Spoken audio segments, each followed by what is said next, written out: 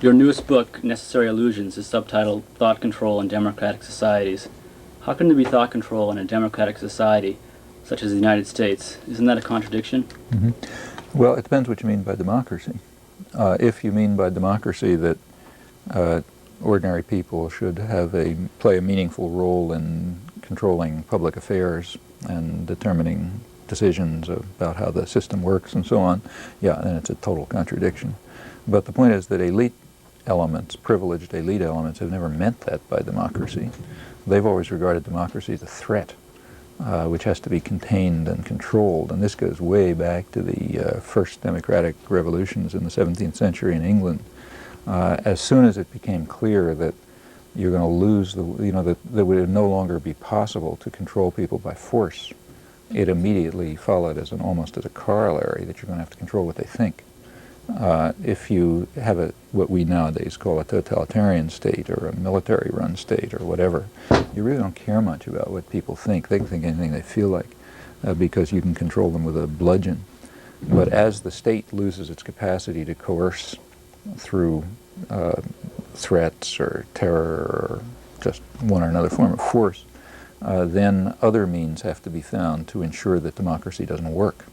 That democratic forms, in other words, persist, but without interfering with the right of the privileged elements to rule.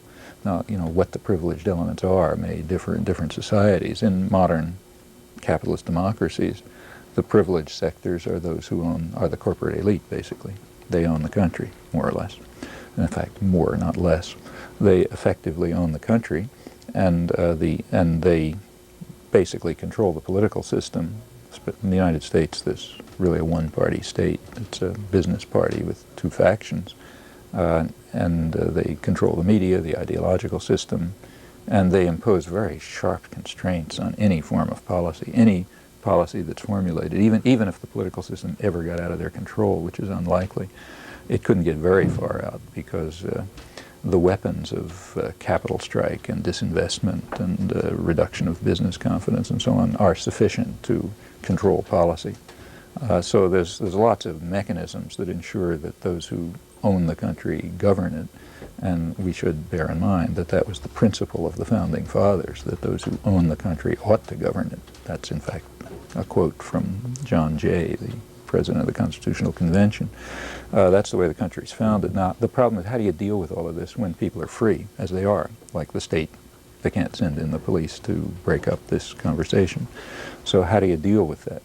Well, a lot of mechanisms are used, and one of them, primary one, is thought control, indoctrination. That's what the phrase necessary illusions comes from. It's not mine. It comes from Reinhold Niebuhr, who's a leading theologian. He's called the theologian of the establishment. He was the guru for the Kennedy intellectuals and George Kennan and so on, a major figure in modern intellectual history. And he pointed out once that the ordinary people don't have the capacity, according to him, to become involved in public affairs.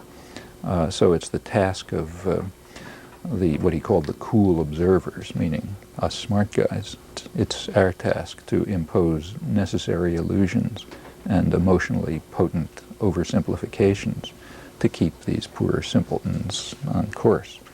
And it would be kind of unfair to let ordinary people, to let the democratic process really work. If you really let ordinary people make decisions or, think about things or whatever, they'd only get in trouble.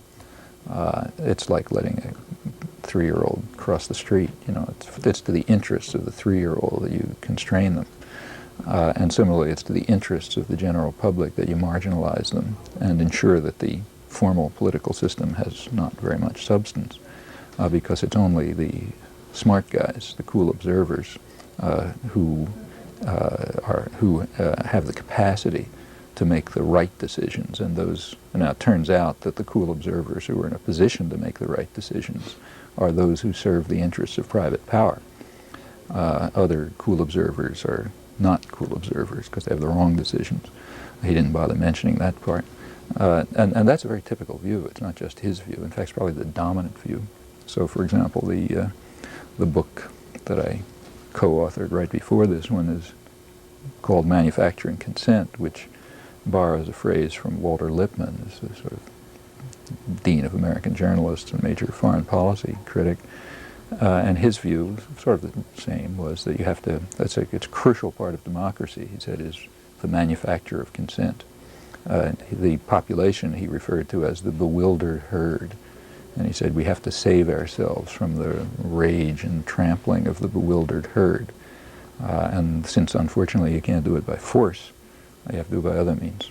The other means would be the manufacture of consent. The United States, the public relations industry in the United States, which goes back to the early part of the century, is dedicated to that.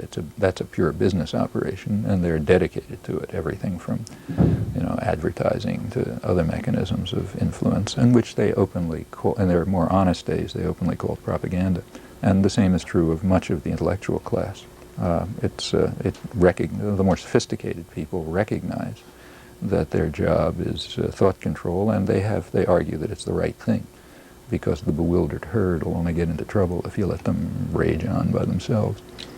For thought control, don't you need, though, to have a complete control over a system, no outside information coming in at all? No, not really. In fact, that's the mistake that dictators usually make. Dictators are usually much too crude.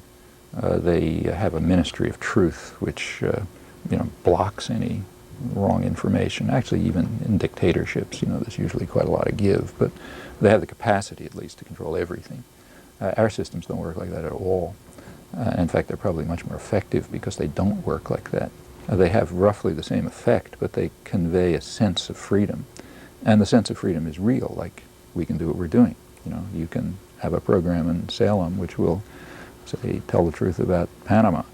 Meanwhile, the 3 TV channels will be telling corporate government lies about Panama, but you're allowed to compete. That's what's called a free market.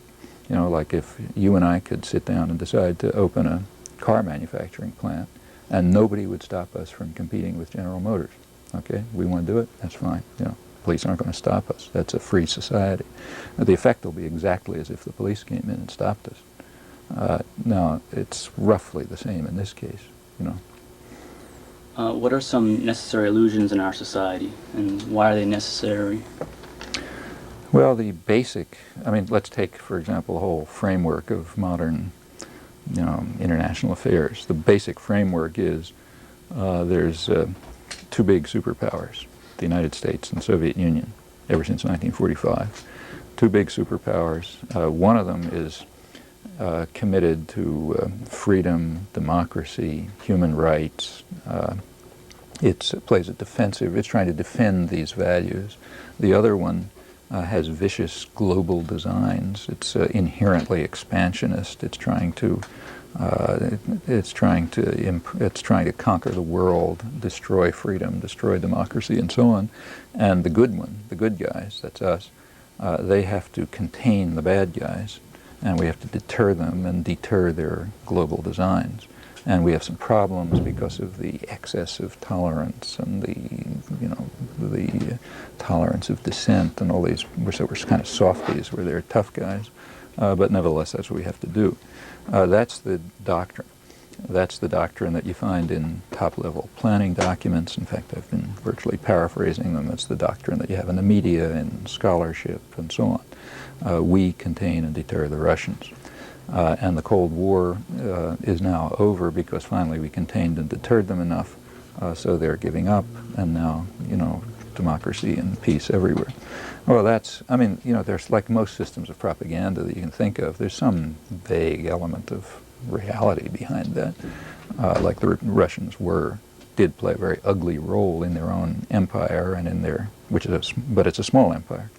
It's their own internal empire and the satellites. And of course the satellites are the historic invasion route by which Russia has been attacked from the West and virtually destroyed 3 times this century. So not terribly surprising that they try to keep control over it.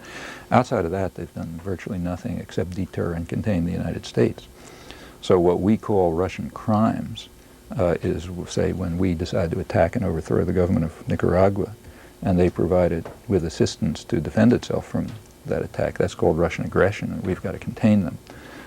When we invade in South Vietnam, and virtually destroy it and wipe out the South Vietnamese resistance, and then expand the war to the rest of Indochina, and the Russians provide people with arms to defend themselves. That's called Russian intervention or Russian aggression. We got to stop them.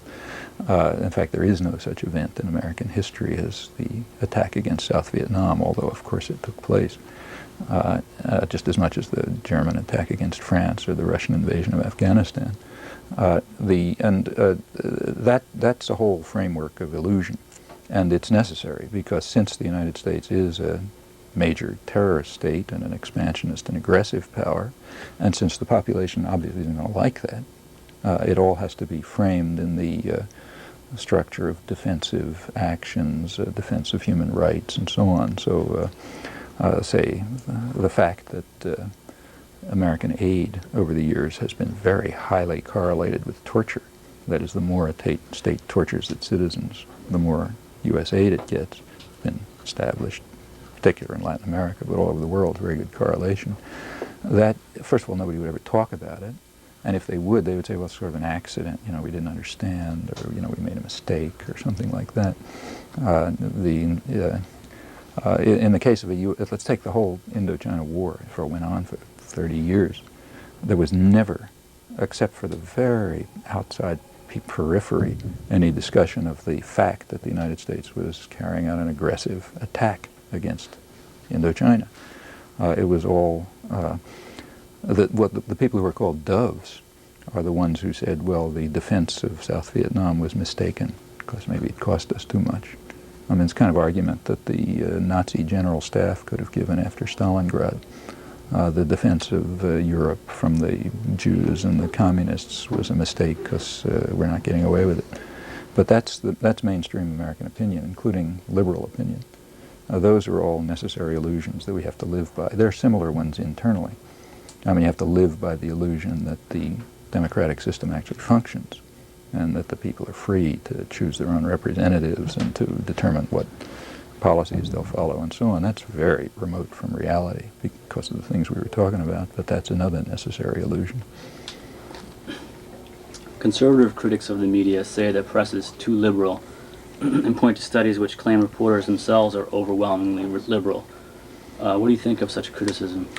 Well, the studies are largely falsified, but there's some, in fact, if you take a look at, for example, there was a recent study of people invited on as experts on television, and they're overwhelmingly weighted over to the right. I mean, the American Enterprise Institute and so on. But nevertheless, so I think and if you look at the actual studies, the Lichter and Rothman study, which is the main one, it's very seriously flawed. But I don't really think that's all too important because I basically agree with it. I mean, although the studies are very bad, the fact of the matter is that by and large the media do represent sort of liberalism, like I suppose most journalists vote Democratic, so that I agree with. But I think that completely misunderstands the function of liberalism in a system of necessary illusions. In fact, if you look at my work, I mostly criticize the liberals, even the left liberals. I don't waste much time discussing George Will. That's a joke. But what's interesting to me is people like Anthony Lewis and Tom Wicker and the whole liberal establishment, the liberal journal, like what's called the liberal establishment, the Times, the Post, and so on. And I agree that they do generally represent liberalism. Their liberalism is, let's take the Vietnam War again. There were hawks who said, if we try harder, we'll win. And then there were doves, the liberals, who said, well, it's costing us too much and probably it's not going to work, so let's not win. Now, personally, I much prefer the hawks, at least they're honest. The doves are just totally dishonest. They basically agree with the hawks. They just say we're not going to get away with it. In fact, some of them said it explicitly, like, say, Arthur Schlesinger, who's a leading liberal historian and spokesman. His view was, well, I hope the hawks are right, but I don't think they are. And if they are right and we can win, even though we'll leave ruin and destruction, he says we'll all be praising the wisdom of the American government. It's just that it doesn't look like it's going to work. So what's the function of liberal? And that's quite typical, incidentally. Same on Panama. The liberals are ones who say, well, maybe it's imprudent. It's going to lose it's going to harm our relations with Latin America, it's going to interfere with drugs and so on. That's not what they're saying in Latin America. What they're saying in Latin America is this is, well, I guess just looking at the Honduran press, which is an ally, they're saying this is international totalitarianism. They're saying it's you know, the Colossus of the North is on the rampage again, and it's totally lawless and violent. Nobody can survive in its path. You know, that's not what the liberals are saying here. They're saying maybe it's going to be too costly and so on. That's quite typical. And what that means is that the role of liberalism is to set bounds on discussion. There's supposed to be a spectrum of discussion. That's very crucial if you want to establish illusions. You've got to make it look as if there's a debate going on. But you have to ensure that that debate is within very specific bounds. And the bounds of the debate, the assumptions of the debate, that's the propaganda system. Now, unless you accept those assumptions, you're not even part of the discussion. The assumptions are the United States has the right to do anything it feels like. We stand for right and good is defined as what we do, except we're allowed to make mistakes sometimes because nobody's perfect.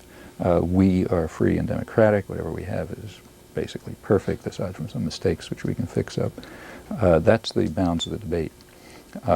If you accept that, you're part of the debate. And then you can be either a conservative who says, you know, let's be more brutal and harsh, or a liberal who says, well, you know, maybe it'll cost us too much unless we're a little softer. But you have to accept the assumptions. So during the Indochina War, say, the Doves, as I said, they were the liberals. They said, well, maybe it won't work. If you're talking about domestic affairs, you know, the Doves will say, let's take, say, the corporate media, the topic of this discussion. There's a range of opinion within the mainstream. There are some people who are worried that the media are getting too concentrated. You know, only a couple of corporations are running the whole thing, and there ought to be like 15 corporations running the whole thing. Those are the liberals. Fact is, if there were 15 corporations running the whole thing, it would be scarcely different, maybe slightly more diverse, but the basic problem wouldn't be touched. The fact that there's such a narrow concentration of resources in the society itself that there's just no way for the media to reflect anything but that concentration of power.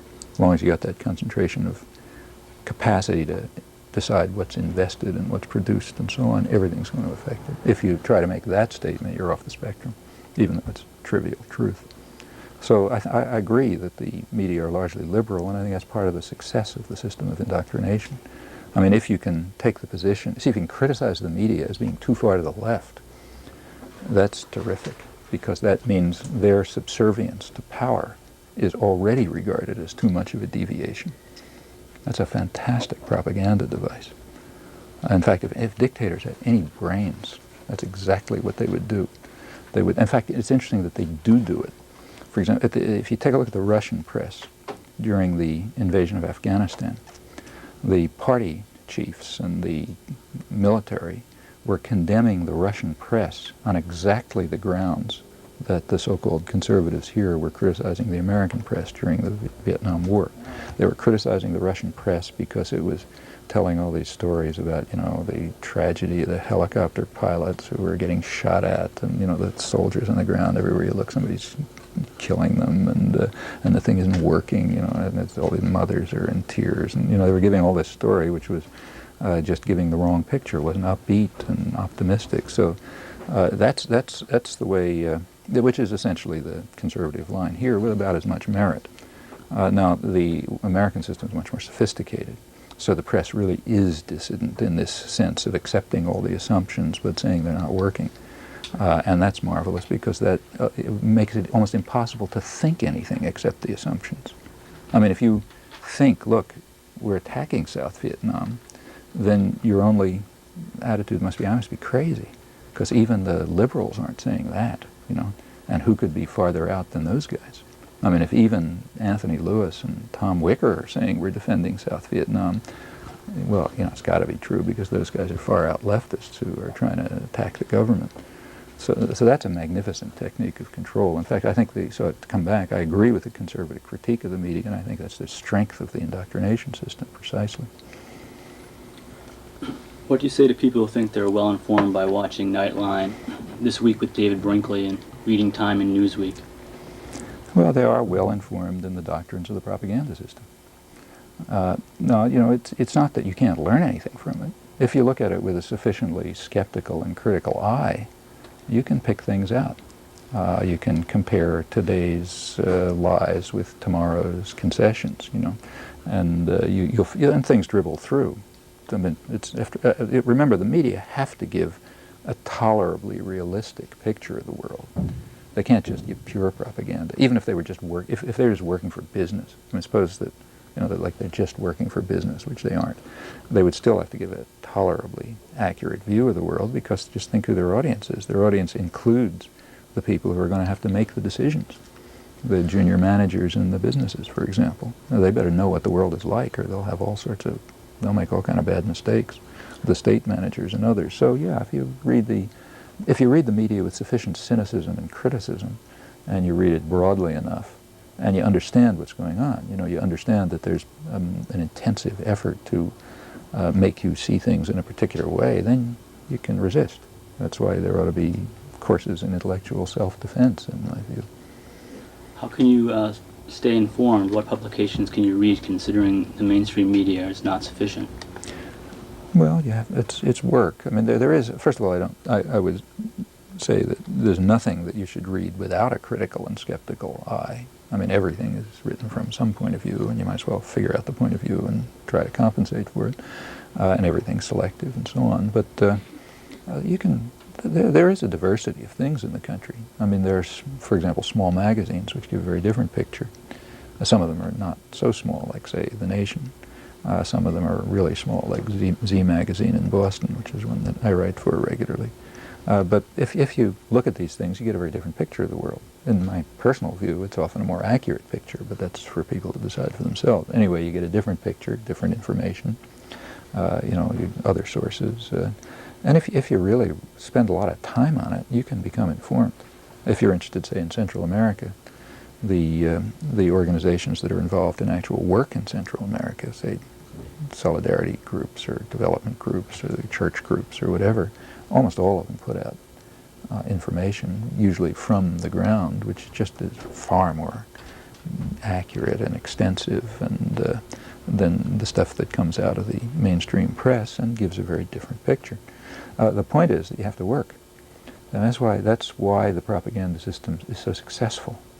Very few people are going to have the time or the energy or the commitment to carry out the constant battle that's required to get outside of, McNeil Lehrer or, Dan Rather or somebody like that. The easy thing to do, you come home from work, you're tired, you had a busy day, you're not going to spend the evening carrying out a research project. So you turn on the tube and you say it's probably right, or you look at the headlines in the paper and then you watch the sports or something. And that's basically the way the system of indoctrination works. Sure, the other stuff is there, but you're going to have to work to find it.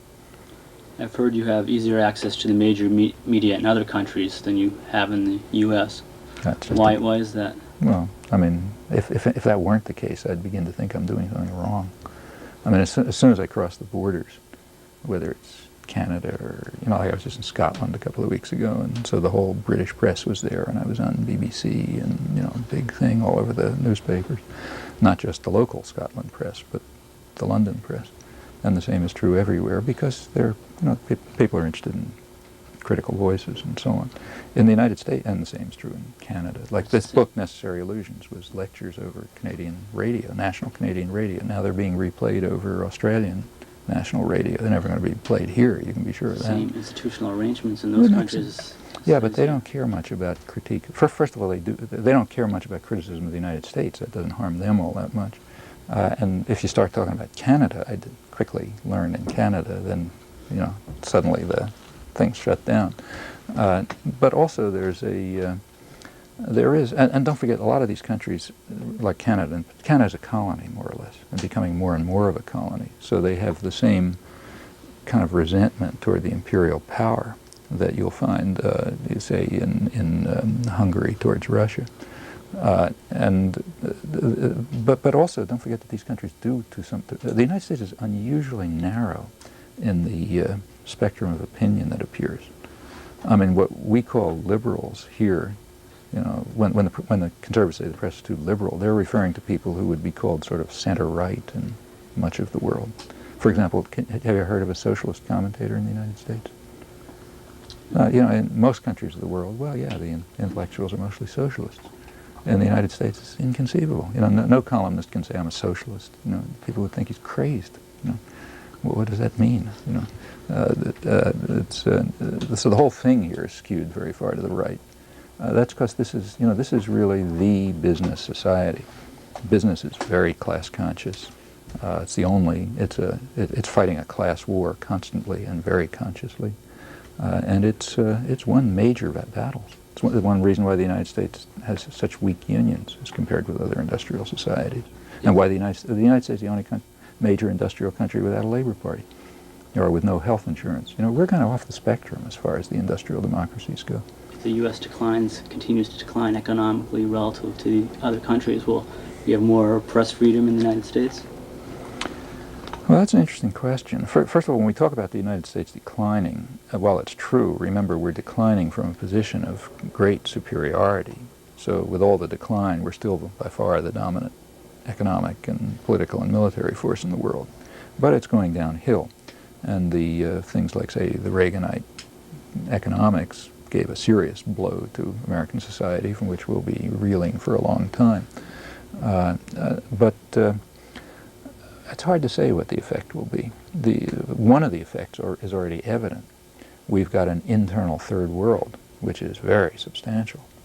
You go down to, say, Roxbury in Boston, and the conditions are like poor third world countries. Take a look at, say, mortality statistics or health and so on. The figures are like, and the conditions of life are like the third world, and that's all over the country. It's very striking in things like homelessness, but it's equally, or crime and so on. But we have, as you can't conceal it, a really two-tiered society, and this internal third world. That's where the labor force is going to come from. Next 10 years or so, probably half the jobs are going to have to be filled by black and Hispanic people. And corporations are now concerned about that. They're worried that they have an internal third world that isn't going to provide people with the skills and knowing how to come places on time and how to push the keys on a computer or follow orders and so on that are required even to keep their system running. So it's possible that there'll have to be adjustments to deal with that somehow. It's conceivable that as to what will happen during a period of relative decline could go either way. It could go towards more freedom or independence, or it could go towards more jingoism and fear of the foreigner and so on, which is again an old American characteristic. I think I heard you're a contributor to something called Project Censored, which puts out a list of news stories each year which are important but are drastically undercovered or even ignored by the mainstream media. What was the most important story of 1989 that was suppressed? The most important story of 1989, I don't know. You picked the area of the world and there was an important story suppressed there, or at home. I mean, let's start with home. There was a major miners' strike in the United States in 1989, Pittston strike. That was really significant. It's the first strike since, first of all, it's the first strike that's at least partially won. Secondly, not much, but partially. Secondly, it's the first strike since 1937 that involved sit-ins. Sit-ins are a serious matter. Sit-ins it's one that's taken very seriously by business, because sit-ins in a plant are just one step before the realization that you don't need the managers and the owners at all, because they're just there to exploit you and rob you. But why have them? Why not just take the plant and run it ourselves? I mean, that's bad news. Would really bring about functioning democracy. So sit-ins are serious and are always regarded as serious. That was the first one since '37. The thing got enormous local support, so much so that one of the union leaders ran as a write-in candidate for the legislature and won against a judge who had handed down all sorts of penalties against the union, which is unheard of in American politics. And they had a lot of union support from elsewhere. Just a major event. Well, it happened to take place at the same time, roughly the same time as a miners' strike in Siberia. Now, the miners' strike in Siberia got a tremendous amount of coverage. And, George Bush and all these guys are talking about the great Siberian workers. In fact, I think in his State of the Union speech, he said something about, the workers of the East and how they're fighting for their rights, and we're for them because we're always for the workers and that sort of thing. Real kind of sounded like some Marxist ideologue. But that's okay when it's in Siberia. The Pittston strike was barely covered. In fact, I just read a report in the London press, London Guardian, by some journalist who went to stay in Camp Solidarity, the place where the Pittston strikers were, and wrote a very interesting report about it. And he's talking about, he said, well, finally he turned on the television as he was leaving, and he did see a very upbeat report about a miners' strike. It was talking about, the courage of the workers and how fantastic it is and so on. But of course they were talking about Siberia, not the miners' strike here. There were some press studies made, and it shows what you all know. There were polls taken. You ask people about the strike. Everybody knows about Siberia. Nobody knows about Pittston. That's completely typical. That's one story at home. Move across the border, you find them wherever you look. Take, say, the Middle East. The United States, in the Middle East, the Arab-Israeli conflict is serious. The United States is alone in trying to block a peaceful settlement. We're the only country trying to block it. That's called the peace process here. And the other question is whether other countries will join us in the peace process. That is the attempt to block a political settlement. That's just out of the media. Central America. Our clients, primary clients, El Salvador, Guatemala, and Honduras, they're continuing to carry out mass murder. There was a big fuss when they killed 6 Jesuits, right? Yeah, that's bad, killing 6 priests. How about killing thousands of other people? Why isn't that bad? That's okay because nobody can see it, so it's fine. Or Guatemala, the terror is mounting rapidly. Honduras, which is not at the level of the others, it's horrifying. I mean, people are starving. In Honduras, maybe 70% of the population is close to starvation, and that's gotten worse during the period of so-called democracy. They had an election in Honduras in November.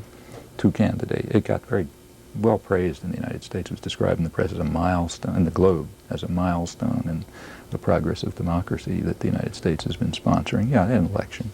2 candidates, one of them a wealthy industrialist, one a wealthy landowner. Since they both had the same program, there was no discussion. Meanwhile, torture and death squad killings increased, and you find mutilated bodies in the streets.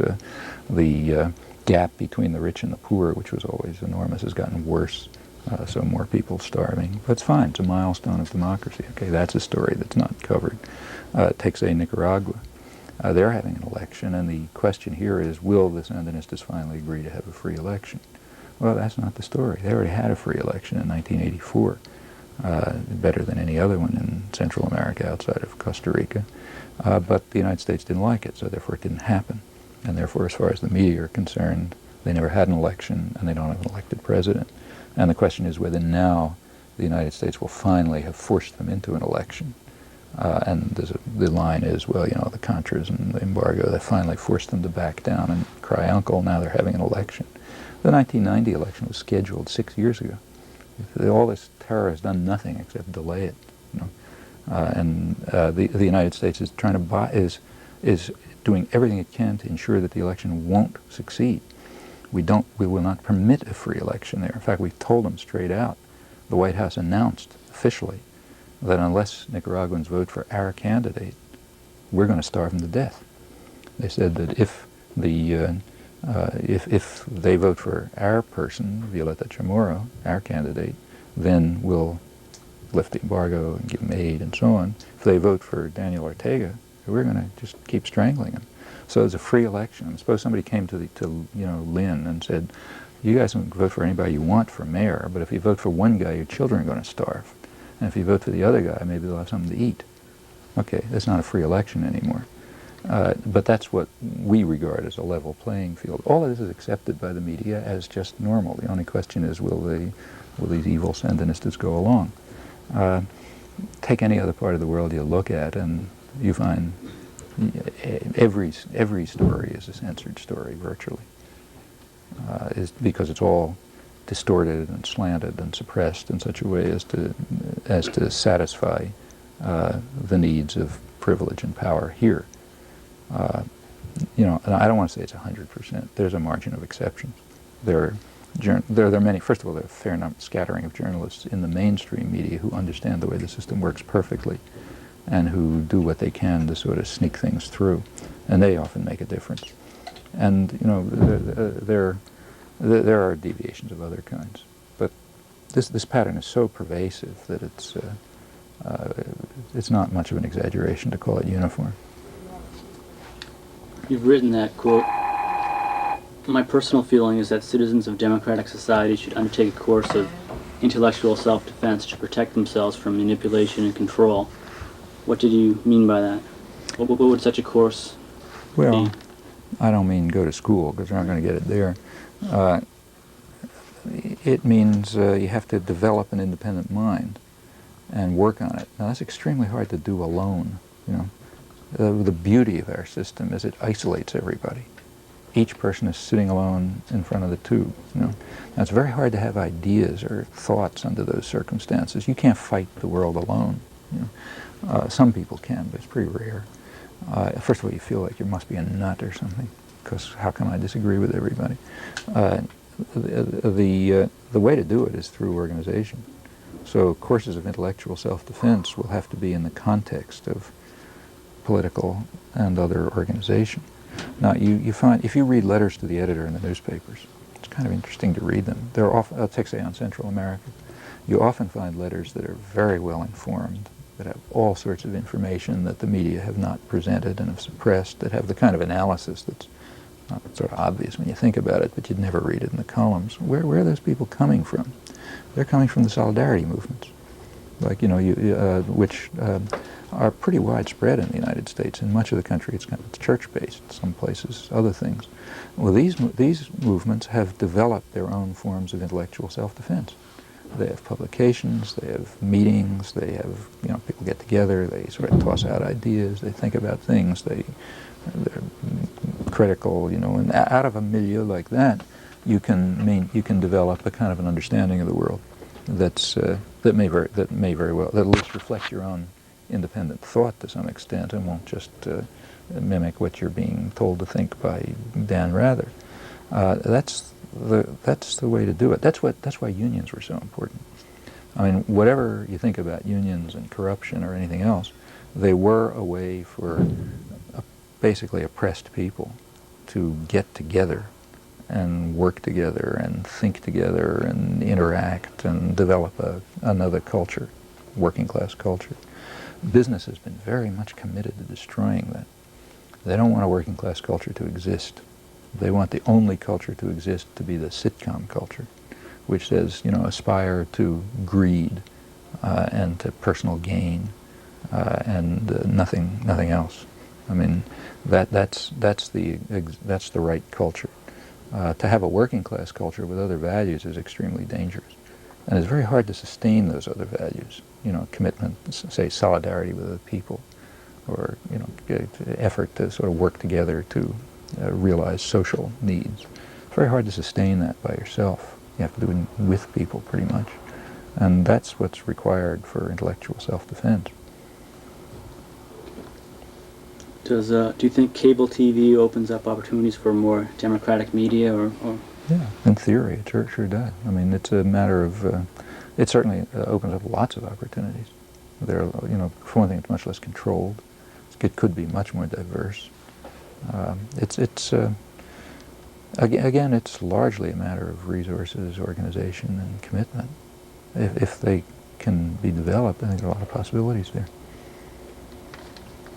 I might say that in just short of cable TV, communities that have their own radio, say community-supported radio, are often just very different in character. Boise area doesn't have that. Where is it? Where do they have it? Well, this guy who was interviewing me this morning, for example, an hour ago, this comes from Boulder, Colorado, where he runs a news program for KGNU, which is a listener-supported radio station. And it's a very lively station. I mean, they have real community participation. Listener-supported, you pay dues or something? Well, see, we have what's called listener-supported, GBH. You send in $10 and they send you a program. 30, I think it is. Or whatever it is. But, you don't have any participation in it. You just watch, just like another television channel, I mean, if you like what they're doing, you can pay them and they'll do more of it. But real community-supported radio, listener-supported radio, involves community participation. That is, it's open to community groups, and it reflects interests that they initiate. So it'll have, I mean, the reason he's interviewing me is because a lot of people involved in his radio station want to hear that kind of stuff. This happens in many parts of the country, and you can really see the difference. I spend a lot of time traveling around, and you can tell the communities that have it. They just have a different cultural level. And these community-supported stations are usually small, low power, very little resources, but they make a difference. They're a way for people to become involved in things. A labor-oriented press would have the same effect. This is so out of the question in the United States we can't even dream of it. But in countries not much unlike us, say England, there was a major labor-based press until the 1960s. And it disappeared only because of market pressures. It had a huge readership. It was high quality. Its readers were interested in it. It couldn't get access to capital markets and advertisers, naturally, because that's business. So it went under. And you can see the effects. One effect was the decline of the Labor Party. Another was the decline of a working class culture. I mean, I'm old enough to have seen that happen in the United States. When I was a kid, my family was mostly, uncles and aunts and that sort of thing were mostly working class, but then largely unemployed working class in New York. And there was a very lively and exciting working class culture. By saying working class, I don't mean, I'm not saying, low-level interests. I mean, it included the Budapest String Quartet and arguing about Freud, and it was a very lively, in fact, the most intellectual environment I've ever been in. Mostly unemployed workers, many of whom never went to school, easily competes with or beats the Harvard Faculty Club. But it also had other values, and that's pretty much gone. And the destruction of that culture is a big victory for American capitalism. You can see it in simple things, like take around here. You remember the Eastern Strike last year? During the Eastern Strike, when Eastern lowered its fares to try to break the strike, virtually nobody thought twice about crossing the picket line. I mean, sort of radical kids with backpacks and long hair were all excited because they get to New York for $10 or whatever it was. The idea that you don't cross a picket line, when I was a kid, that was like you don't steal food from a beggar. You don't have to think about it. It's just sort of automatic. I mean, it's the only way that people have to defend themselves from private powers, by striking. So you don't cross a picket line. I mean, maybe you could find some exotic case where you would, but the assumption, like you might find an exotic case where you'd steal food from a beggar too, but it's just the assumption. The values are, yeah, poor people have a right to defend themselves. These weren't such poor people. They were pilots, but at least they were workers, and they were fighting a much more powerful, centralized system. So you don't cross a picket line. That's not part of the general culture anymore. And that reflects the victory of corporate values over human values. And it's the kind of thing that will continue to happen. Things like community-supported radio or cable can help rebuild other, and in my view at least, much more healthy cultural system. How do you rate the American media's performance in the coverage of the invasion of Panama? That was a jingoistic hysteria, as it was regarded everywhere in the world outside the United States. I mean, you take a look at the newspapers anywhere outside the United States, and there, you find people kind of asking what kind of madness is going on here. I mean, all this hysterical frenzy, joy about invading another country and killing hundreds or maybe thousands of people and destroying half the place, violating international law. What's the big excitement? after having virtually destroyed the country by embargo and economic warfare for the preceding 2 years. Like I think I said, the Honduran press just described it as international totalitarianism, one of the kinder comments. But here it's very upbeat. In fact, the reporting was just a joke. It was like the reporting in the Nazi press when they conquered the Low Countries. It was all about how, people were applauding the bombs and saying, "Oh boy, burn down my house too. Really make me feel good," and that sort of thing. Plus, no questions at all about why. Why did we invade Panama? I mean, you take a look at Ted Koppel or Peter Jennings or Dan Rather or any of these guys, and they tell you what's true. They say, look, Americans hate Noriega. Therefore, you don't really need an argument for why you invade Panama. He's just the kind of guy we love to hate in America.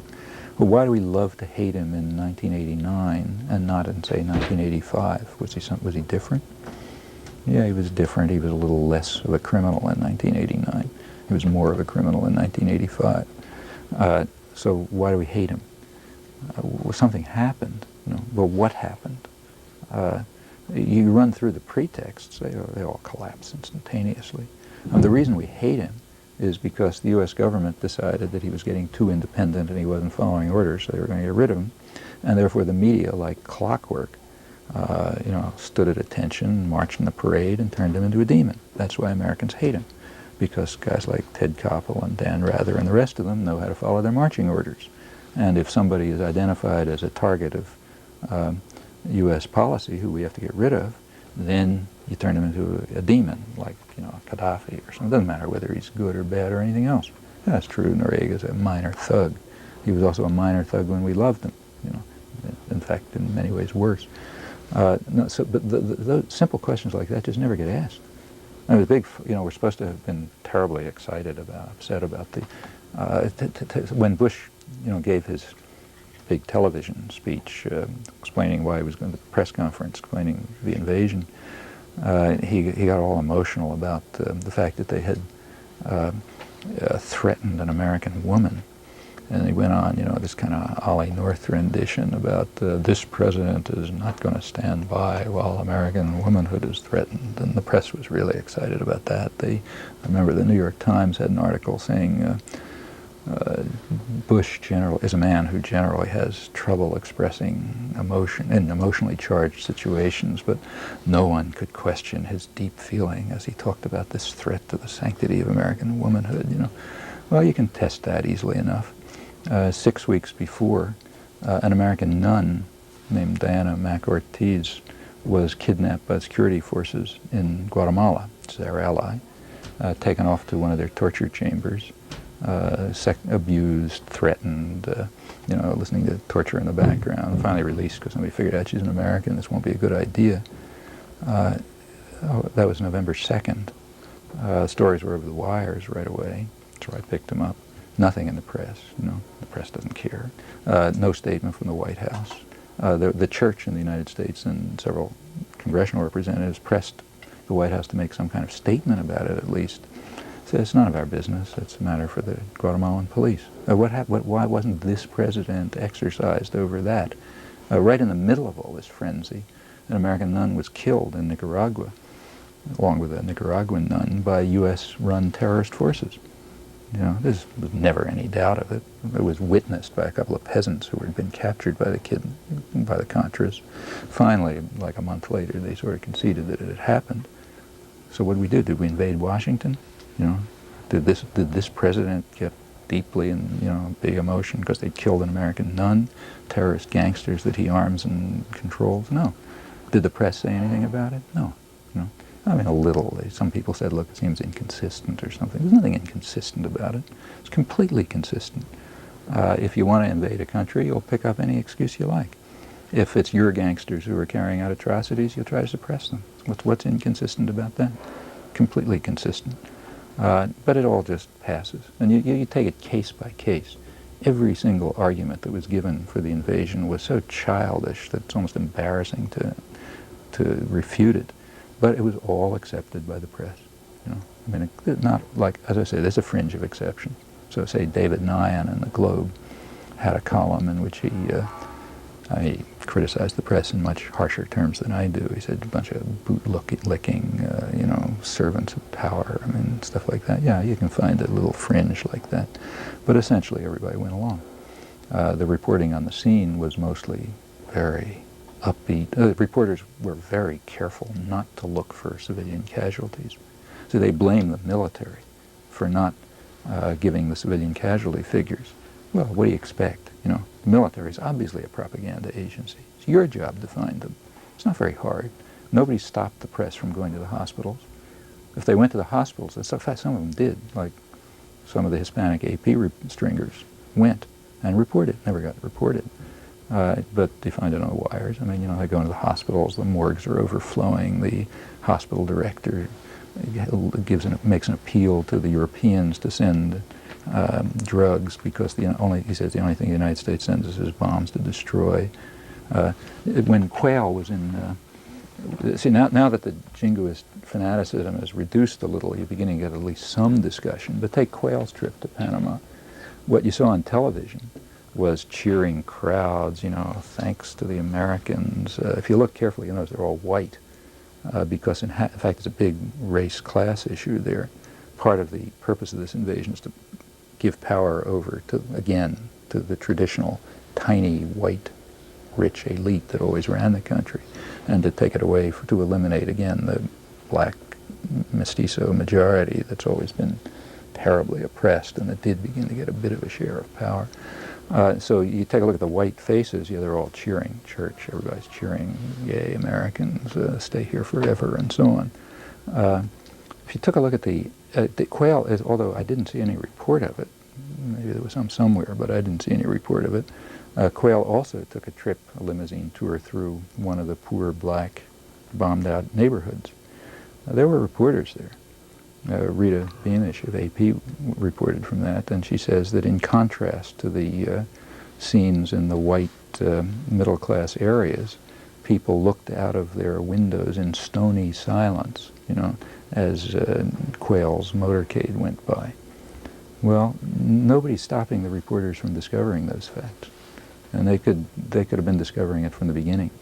When they find people in the black areas thankful that finally the American troops arrived, they can also ask them why. And they'll get the answer.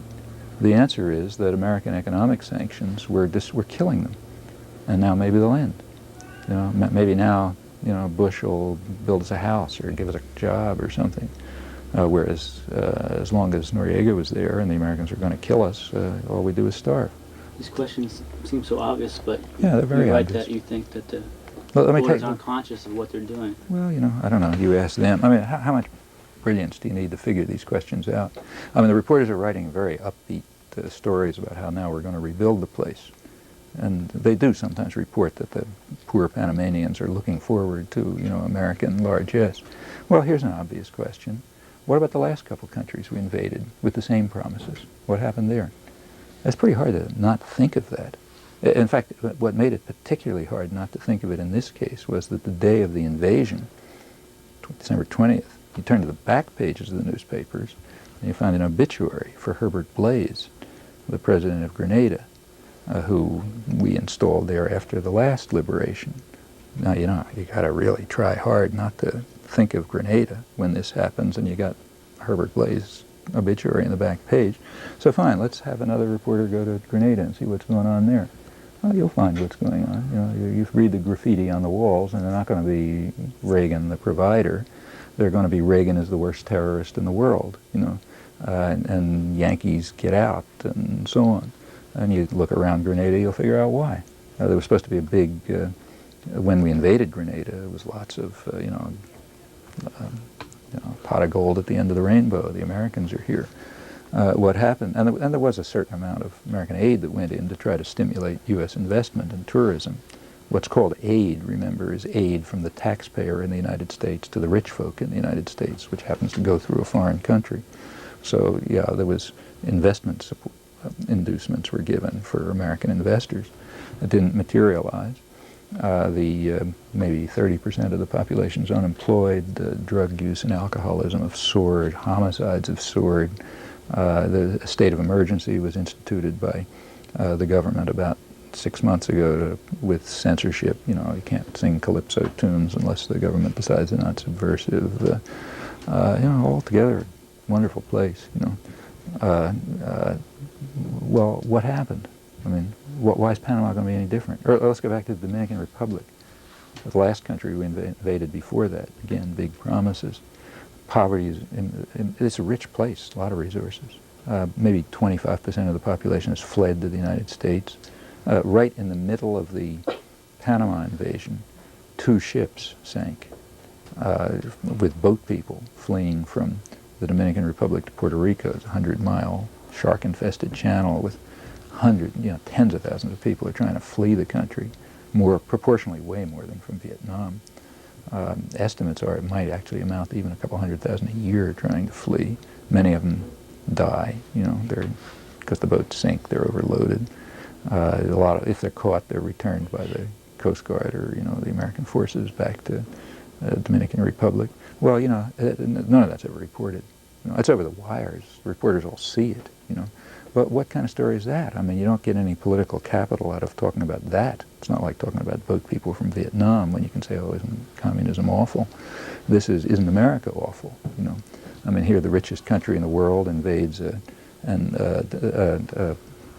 potentially quite rich colony to overthrow a democratic government, which is what we did, with all kind of promises about development. Now it's catastrophe, you know, like it always was. There was nothing to be gained out of writing that story. So therefore, you don't have any reporters saying, well, what about Grenada, or what about the Dominican Republic? You know, I mean, if we're going to rebuild Panama, how come we did that there? And you can go on. I mean, you can go, why is Guatemala such a charnel house? Because we overthrew a democratic capitalist government in 1954 and have been intervening regularly since to make sure that there will be no possibility of democracy and social reform, and that the right people will be rich and the wrong people will be poor. And it's consistent. I mean, under the Reagan administration, they, with enthusiasm, supported, you know, something which the church down there called genocide. You know, maybe 100,000 people were slaughtered. Real Pol Pot style, you know, torture, mutilation. All we talk about is the triumph of democracy and how we're doing it again in Panama. What happens when have you ever confronted reporters who have written these kind of useless stories and presented them with some other information, and have they ever First of all, responded to you? Well, the only reporters who would talk to me know about it already. And there are reporters who know about it and try to get something out. Take, say, the Panama invasion. The Globe sent down somebody who I don't know, a Hispanic reporter who covers the local beat, Diego Ribanadera, I think his name is. He actually wrote some stories in which he went to the, you know, which were, you know, he did the things that you're not supposed to do. He went into the poor sections, he talked to people. He discovered, for example, that American troops have a list of people to be arrested, which includes most labor activists and most labor leaders and union activists in Panama. And he went to the American command, to the embassy, U.S. embassy, and asked how come all these guys are on the list. And they said, well, we don't know, we assume they're bad guys of some sort. Yeah, sure, they're bad guys of some sort, just like union leaders and political activists are bad guys everywhere else in Central America where the United States has power. And a few other things. I mean, I don't know this man, but I presume just reading what he wrote, I suspect he sees what's in front of his eyes. And there are some other reporters who do. There's some very good reporters. Throughout the whole Indochina War, I had some good friends who were top-flight reporters, you know, bureau chiefs for major newspapers and so on. Dick Dudman of the St. Louis Post-Dispatch, first-rate reporter. He told the truth about the war from the very beginning.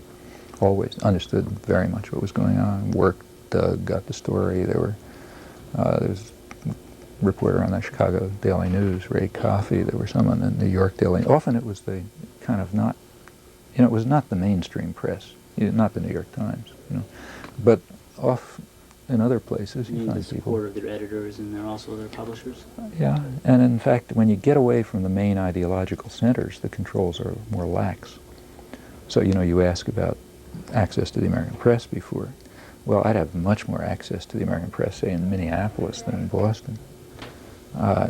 So, you know, in Boston, which is a major ideological center, The media are very tightly controlled.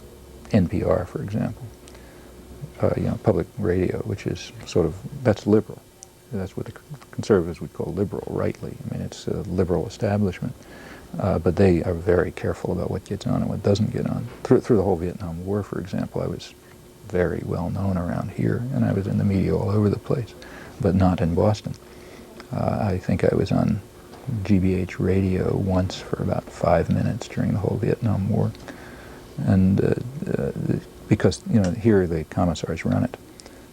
Here you have liberal ideologues. I agree with the conservatives. You have liberal ideologues who are very careful to control what gets through because they are really in charge of indoctrination and sophisticated about it.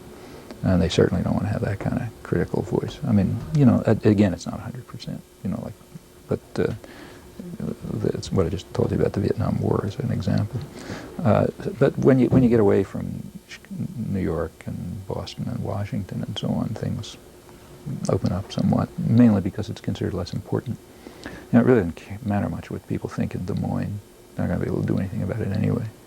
It matters a lot what people think about it and think in Washington and Boston, because they can do something about it. That's incidentally another reason why I say the media in Canada are freer and more open. I mean, basically they can't do anything about it. It's a